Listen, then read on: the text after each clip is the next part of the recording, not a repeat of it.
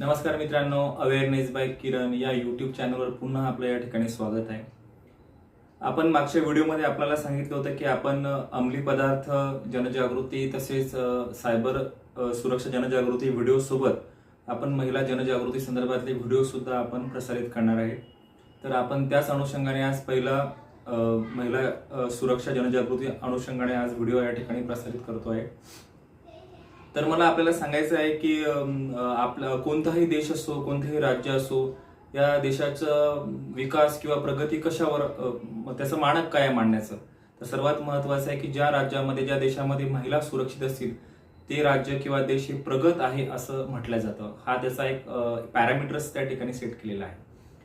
आणि महाराष्ट्र राज्य हे एक प्रगत राष्ट्र आहे आणि या राज्यामध्ये महिला सुरक्षिततेच्या अनुषंगाने अनोखे असे उपक्रम महाराष्ट्र पोलीस दल राबवत असतं.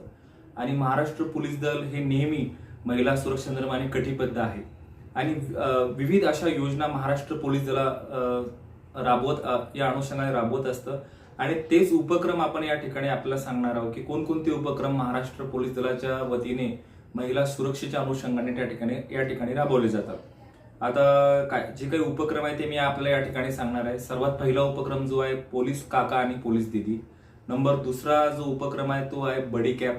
त्यानंतर तिसरा उपक्रम आहे भरोसा सेल आणि चौथा उपक्रम आहे ज्येष्ठ नागरिक यांची सुरक्षा. असे अनोखे उपक्रम महाराष्ट्र पोलीस दलाच्या वतीने राबवले जातात.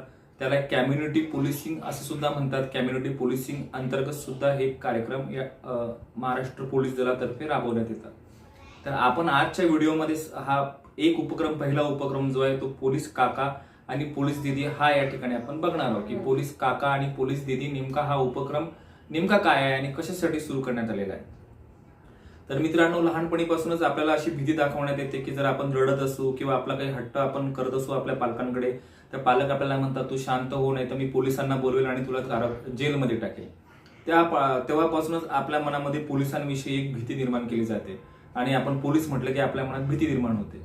परंतु पोलीस हे कशासाठी असतात? पोलीस हे लोकसेवक आहे आणि ते जनतेच्या संरक्षणासाठी असतात. ते आपल्या संरक्षणासाठी असतात. परंतु अशी सततची भीती लहान मुलांमध्ये असतील किंवा महिलांमध्ये असतील किंवा विद्यार्थिनीमध्ये नेमकी असते.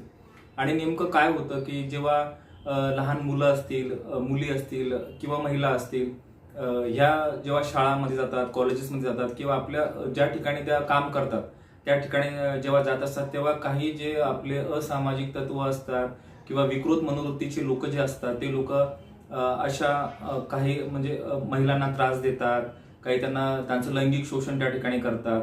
आणि हे इतके विकृत मनोवृत्तीचे लोक असतात की हे या महिला असतील किंवा मुली असतील किंवा मुलं असतील यांना घाबरवण्याचा ठिकठिकाणी प्रयत्न करतात की तुम्ही जर आमची तक्रार केली तर आम्ही असं करू तसं करू, अशी त्याच्या मनात भीती निर्माण होते. मग अशी भीती निर्माण झाल्यानंतर जे काही लहान मुलं असतात, मुली असतात, त्या अशी तक्रार करायला घाबरतात किंवा पालकांना अशा गोष्टी सांगायला संकोच करतात की आता मी पालकांना कसं सांगू, काय सांगू. त्यासाठी पोलीस खात्यामध्ये हा कन्सेप्ट तयार करण्यात आलेला आहे, पोलीस काका आणि पोलीस दीदी. आता पोलीस काका म्हणजे एक पुरुष अंमलदार आणि पोलीस दीदी म्हणजे एक महिला पोलीस अंमलदार. आणि हे तयार करण्याच्या मागेच एक आहे की एक जो बॉन्ड आहे तो एक यांच्यामध्ये निर्माण व्हायला पाहिजे. विद्यार्थिनी असतील किंवा पोलीस असतील. आता पोलीस म्हटलं तर तो बॉन्ड निर्माण होणार नाही, म्हणून एक नात्याच्या स्वरूपामध्ये हा एक बॉन्ड निर्माण करण्याचा त्या ठिकाणी प्रयत्न केला आहे की आपण आपल्या बहिणीला असेल, आपल्या दिदीला असेल किंवा आपल्या काकांना असेल, पालकांना असेल, आपण न संकोच करता या गोष्टी सांगतो की मला असा त्रास होतोय, असं होतोय. तर तशाच प्रकारचा हा जो बंध आहे, हा जो बॉन्ड आहे या ठिकाणी पोलीस विभागाच्या, महाराष्ट्र पोलीस दलाच्या विभागाने या ठिकाणी निर्माण करण्यात आलेला आहे. आता सर्वात महत्वाचं आहे की पोलीस काका आणि पोलीस दीदीचं नेमकं कार्य काय आहे. तर पोलीस काका आणि पोलीस दीदी हे प्रत्येक पोलीस ठाण्यामध्ये अशी रचना करण्यात आलेली आहे की प्रत्येक पोलीस स्टेशनमध्ये एक पोलीस काका आणि एक पोलीस दीदी असतात. आणि ते पोलीस काका आणि पोलीस दीदीचं बॅनर हे पोलीस स्टेशनचा जो सर्वात पुढचा जो भाग असतो त्या ठिकाणी त्यांचं बोर्ड सुद्धा लावलेलं असतं. त्या ठिकाणी त्यांचे संपर्क क्रमांक सुद्धा असतात. तर पोलीस काका आणि पोलीस दीदी नेमकं काय काम करतात की हे वेळोवेळी शाळांमध्ये, कॉलेजेसमध्ये जातात, विविध उपक्रम राबवतात. जसे की शाळा महाविद्यालयामध्ये जाणे, त्या ठिकाणी जनजागृती करणे, महिला हेल्पलाईन क्रमांकांची माहिती देणे, नशामुक्ती संदर्भातील जे काही माहिती आहे त्या संदर्भातील माहिती देणे. आणि जसे की काही लोक जर आपल्या महिलांना त्रास देत असतील तर त्यांची तक्रार कशा पद्धतीने करायची किंवा आत्मनिर्भर बनण्यासाठी किंवा सेल्फ डिफेन्स आपल्याला कसा करतावा या संदर्भाने सुद्धा विविध जनजागृती हे पोलीस काका आणि पोलीस दिदी करत असतात. कारण की पोलीस काका आणि पोलीस दिदी ही संकल्पना तयार करण्याच्या मागचा उद्देशच आहे की जे शाळकरी विद्यार्थी असतील, मुली असतील किंवा महिला असतील यांच्यामध्ये एक विश्वास निर्माण करणं, महाराष्ट्र पोलीस प्रति एक विश्वास निर्माण करणं आणि या विश्वासामधून हे नातं एवढं घट्ट होईल की उद्या चालून जर असं काही एखाद्या महिलेला किंवा विद्यार्थ्यांना त्रास होत असेल तर ते इमिजिएट अशा पोलीस काका आणि पोलीस दिदीला संपर्क करतील. आता पोलीस काका आणि पोलीस दिदी यांच्यासमोर आणखी एक मोठं कार्य या ठिकाणी असतं. आता नव्याने आपण ह्युमन ट्रॅफिकिंग म्हणून ऐकलं असेल, त्याला मानवी तस्करी सुद्धा म्हणतात. बरेचसे मुलं मिसिंग होतात, मिळत नाही. काही लहान लहान मुलांची मुलींची मानवी तस्करीसाठी वापर केला जातो आणि ही फार गंभीर असा विषय आहे. आणि हे जे मिसिंग्स असतात हे शोधण्याचं एक मोठं काम हे पोलीस काका आणि पोलीस दिदी करतात. आता पोलीस काका आणि पोलीस दिदी आपल्या हद्दीतील पोलीस काका आणि पोलीस दिदी आपल्याला कुठे भेटतील असा सुद्धा प्रश्न एक विद्यार्थ्यांच्या मनात येतो.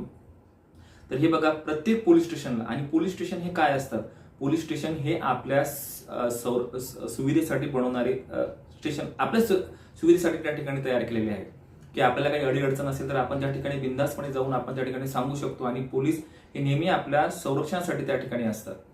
तर मग प्रत्येक पोलीस स्टेशनच्या जो मी तुम्हाला सांगितलं आहे की जो एंट्रन्स असतो त्या एंट्रन्सला या ठिकाणी पोलीस काका आणि पोलीस दिदीचे बोर्ड लावलेले असतात आणि त्या ठिकाणी त्यांचे मोबाईल नंबर सुद्धा असतात.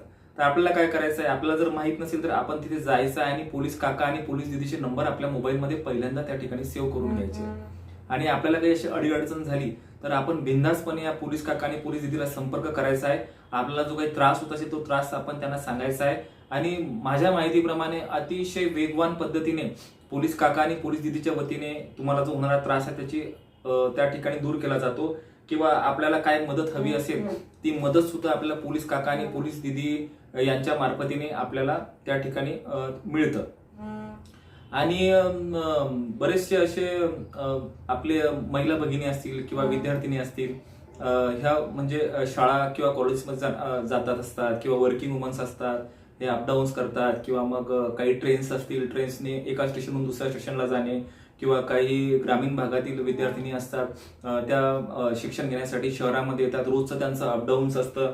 तर मग अशा अपडाऊन दरम्यान त्यांना काही त्रास होऊ नये म्हणून सुद्धा असे काही व्हॉट्सअप ग्रुप महाराष्ट्र पोलीस दलाच्या वतीने तयार करण्यात आलेले आहे. प्रत्येक पोलीस स्टेशनच्या हद्दीमध्ये असे व्हॉट्सअप ग्रुप तयार करण्यात आलेले आहे आणि या व्हॉट्सअप ग्रुपमध्ये सुद्धा पोलीस काका आणि पोलीस दिदी असतात. आणि आपल्याला काही त्रास होत असेल तर आपण बिनधास्तपणे त्या ग्रुपमध्ये आपण ते शेअर करू शकतो, सांगू शकतो. आपल्याला जर असं वाटत असेल की त्या ग्रुपमध्ये आपण आपली तक्रार मांडल्यानंतर आपल्याला काही त्याचं नुकसान होऊ शकतं असं आपल्याला वाटत असेल किंवा भीती वाटत असेल तर आपण बिनधास्तपणे पोलीस काका आणि पोलीस दिदीला फोन करू शकतो. त्यांना आपली जी काही समस्या आहे ते आपण त्या ठिकाणी सांगू शकतो. अशा पद्धतीने अतिशय सुंदर अशी संकल्पना पोलीस विभागामध्ये तयार करण्यात आलेली आहे. आणि एक विद्यार्थिनी असतील किंवा लहान बालके असतील किंवा महिला असतील यांच्यामध्ये एक सुंदर असा त्या ठिकाणी बॉन्ड तयार करण्यात आलेला आहे आणि याच्या मार्फतीने या सर्व समस्या सोडवण्याचा प्रयत्न त्या ठिकाणी केला जातो. तर ही अशी सुंदर संकल्पना त्या ठिकाणी आहे. आणि माझं या व्हिडिओच्या माध्यमातून आपल्याला असं आव्हान आहे की ज्यांना कुणाला पोलीस काका पोलीस दिदी विषयी माहीत नसेल त्यांना आता ह्या व्हिडिओच्या माध्यमातून माहीत झालेलं असेल आणि ज्याला माहीत नसेल त्यांच्यापर्यंत आपल्याला हा व्हिडिओ पोहोचवायचा आहे की जास्तीत जास्त जे काही विद्यार्थिनी असतील त्यांना याचा फायदा होईल आणि त्यांच्या काही समस्या असतील त्या समस्या सोडवण्यात त्यांना मदत होईल. किंवा असे काही जनजागृती कार्यक्रम जर आपल्या विद्यालयात होत नसतील तर पोलीस काका आणि पोलीस दिदीला संपर्क करून आपण असे कार्यक्रम सुद्धा आपल्या विद्यालयामध्ये आपण आयोजित करू शकतो.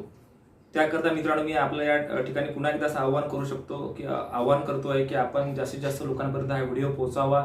तसेच ज्या लोकांनी आता आपलं चॅनल सबस्क्राईब केलेलं नसेल त्यांनी सुद्धा आपलं चॅनल सबस्क्राईब करावं.